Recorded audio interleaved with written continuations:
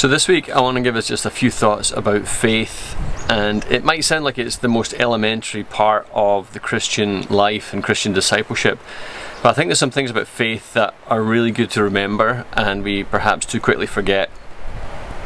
This last week I was at a memorial service for a dear old friend, and one of the recurring themes was the faithfulness of God through life. But the other side of God's faithfulness is the fact that we have to have faith in God in order to appreciate God's faithfulness, in order to acknowledge and to live in God's faithfulness. When Paul was writing, for example, to the church in Colossae, after the great Christological hymn in chapter 1, he goes on to speak about how Paul suffers for this gospel and he longs to be with the church, and he desires for them to know this deep and profound mystery. And then he finishes off this long section with a little phrase to say, and to see you firm in your faith. To see you firm in your faith. So the hinge upon which everything now revolves for this church is that they have faith in this God that they're being told about. They have faith in this mystery, the one who is Christ. So what is this faith and how does it even work?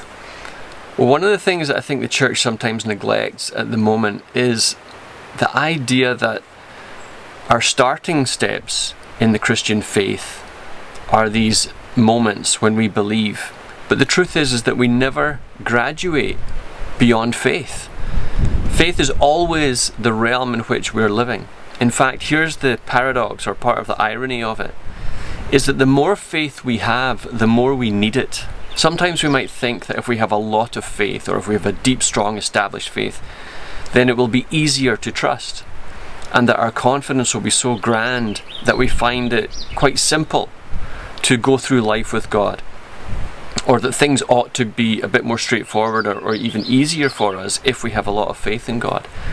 But it's almost the exact opposite is true. The more faith we have, the more we actually need that faith in order to function, to have a healthy soul, to have a life that makes any kinds of sense, really. You see, at this memorial service, I had a conversation with an older fellow, probably in his late 70s, who was a delightful old gentleman from England. And he was talking about life and the decisions that he'd been making, and even recently had to move across Canada from Vancouver back to the East Coast to be nearer to some family.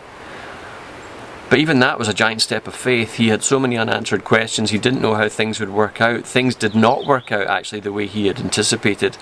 And he had to rely on God and rely on friends and trust in a way that stretched him.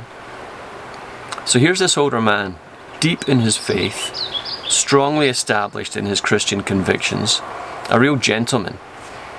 And yet, even at the age and stage he was at, having to trust God with this element of faith that feels so rudimentary, and yet it is for all of us all the time. We never graduate beyond faith.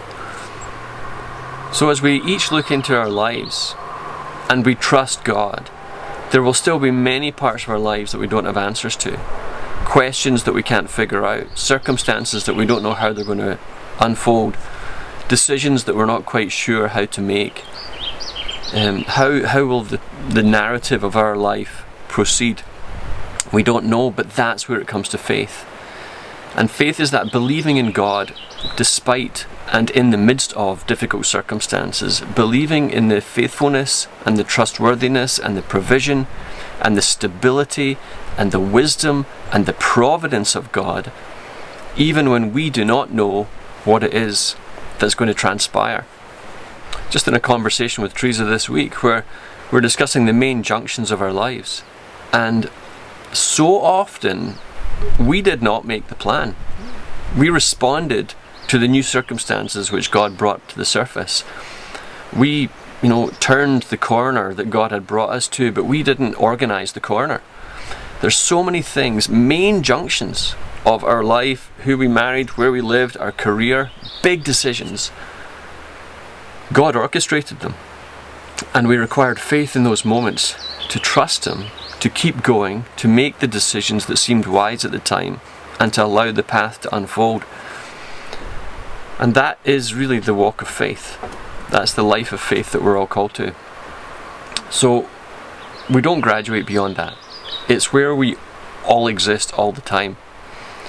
And to recognise that and delight in that and have that anxious-free presence, even when we might feel like getting worried about things, allowing ourselves to rest deeply and be stabilised and be grounded in the character and the faithfulness and the quality of God, who has proved himself time and time and time again to be faithful, and so that then energises our faith. So I trust these thoughts will connect with you. Thanks so much for your attention. For those of you who are patrons, thank you for your support and encouragement. It is a huge blessing to our family, and I'll see you again soon. Peace.